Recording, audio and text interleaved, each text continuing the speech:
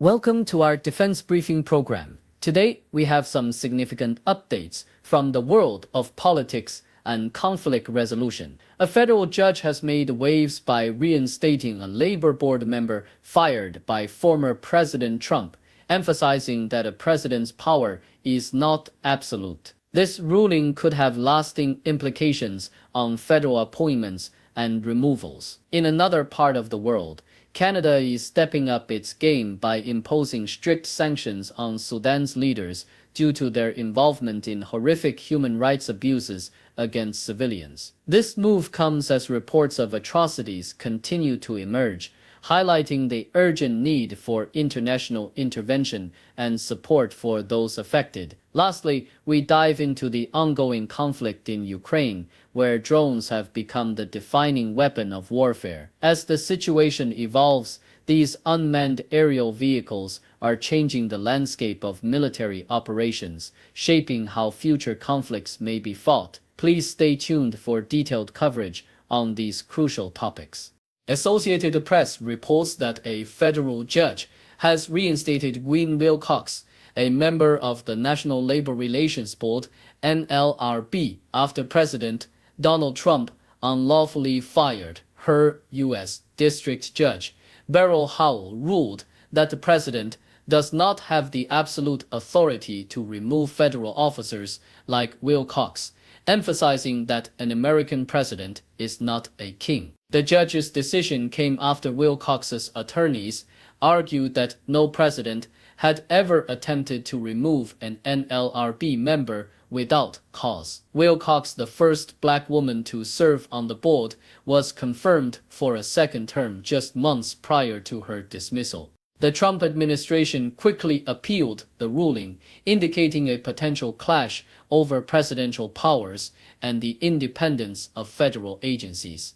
The Globe and Mail highlights Canada's announcement of its most stringent sanctions against Sudanese leaders amid ongoing atrocities in the country's brutal civil war.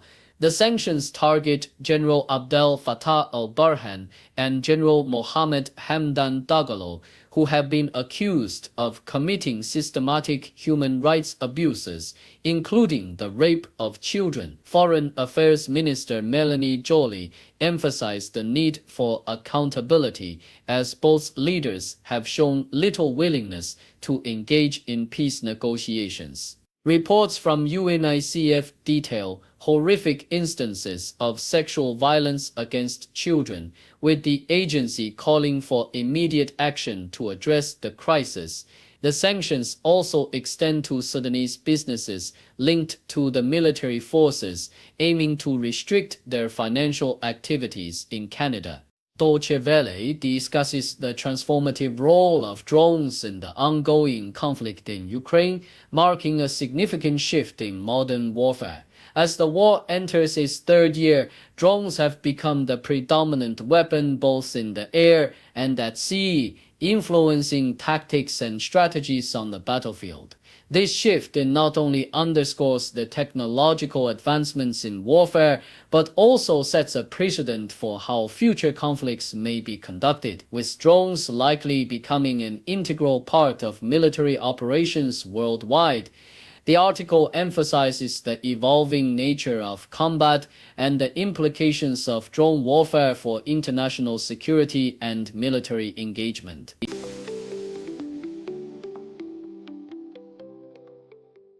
BBC reports that Sudan has escalated its ongoing conflict by taking the United Arab Emirates (UAE) to the International Court of Justice (ICJ). The Sudanese government accuses the UAE of being complicit in genocide against the Masalik community in West Darfur, alleging that the UAE has provided military and financial support to the Rapid Support Forces (RSF), which have been implicated in numerous atrocities since the civil war erupted in April 2023.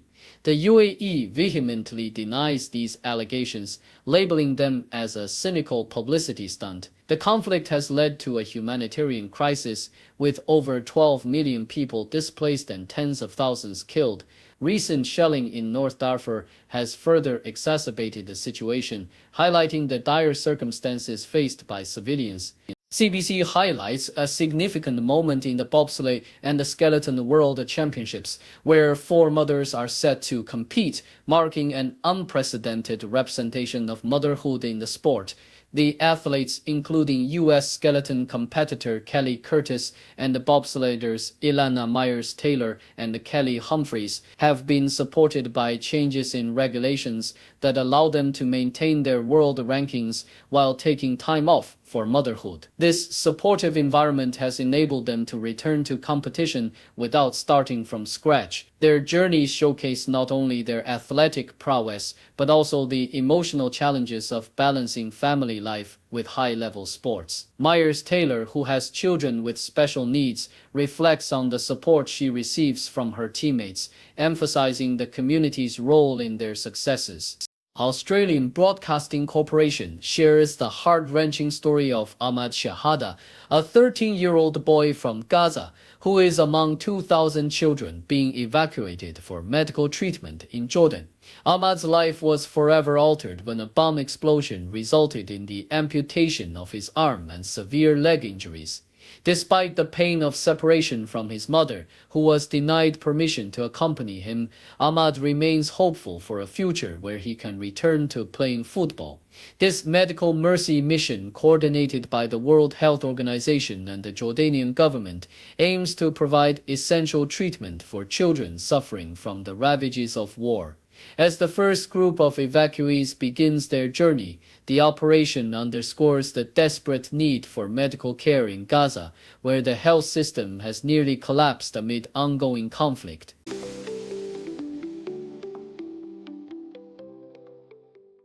Associated Press reports that the tragic mid-air collision on February 19th at Marana Regional Airport in southern Arizona claimed the lives of two individuals, Michael Renath, 70, and Linda Gifford, 76, both residents of Rio Vista, California.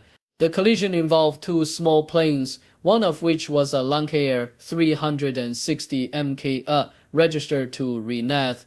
While one plane managed to land safely, the Lancair crashed near the runway and caught fire, resulting in the fatalities. This incident follows a series of aviation tragedies in the U.S., including a recent crash in Scottsdale and a devastating mid-air collision in Washington, D.C., which collectively highlight the pressing concerns regarding aviation safety.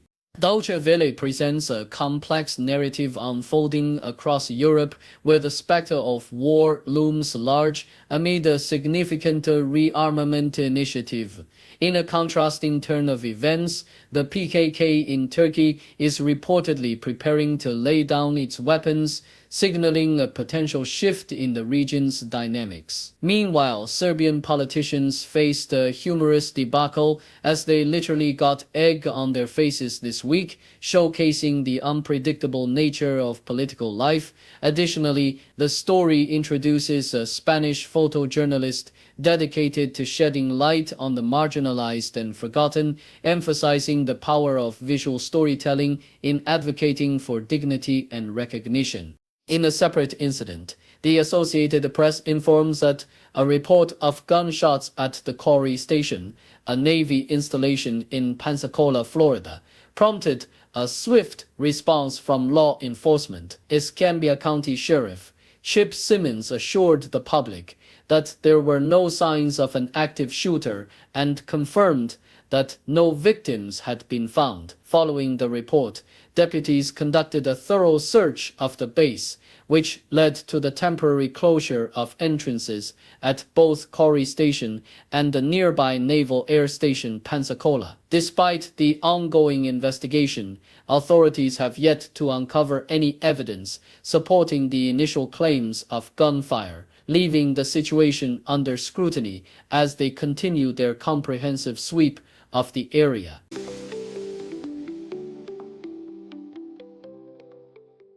CNN reports on the dire situation faced by Gazans, particularly highlighted through the struggles of Mohammed and her family living in the Jabalia refugee camp. Amidst the ruins of their former home, they rely on limited food aid to survive, as Israel has announced a blockade on humanitarian assistance to pressure Hamas.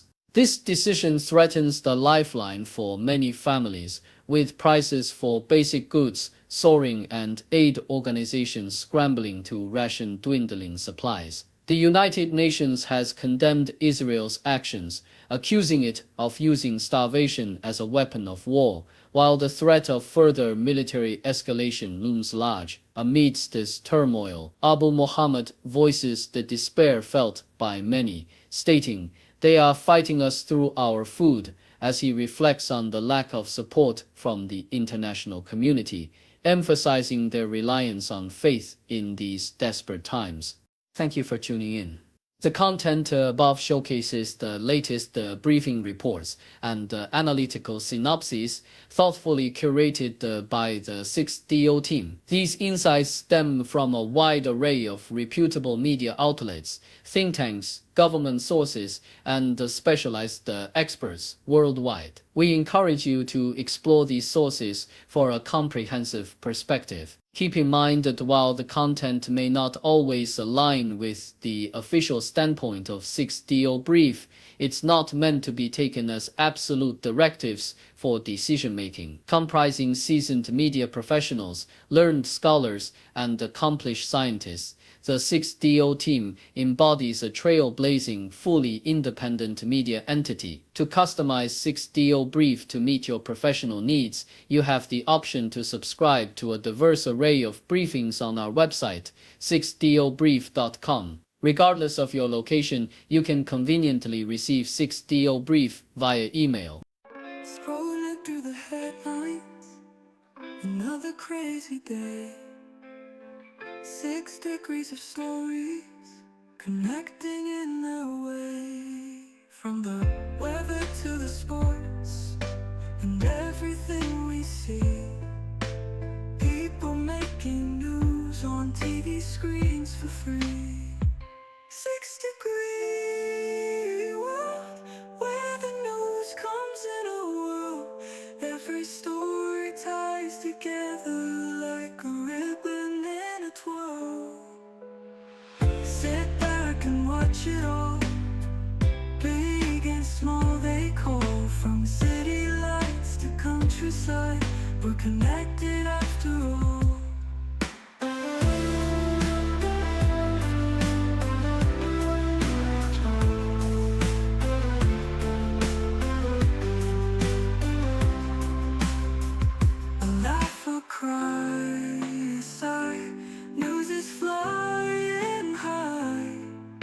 From city lights to countryside, we're connected after all. We laugh or cry.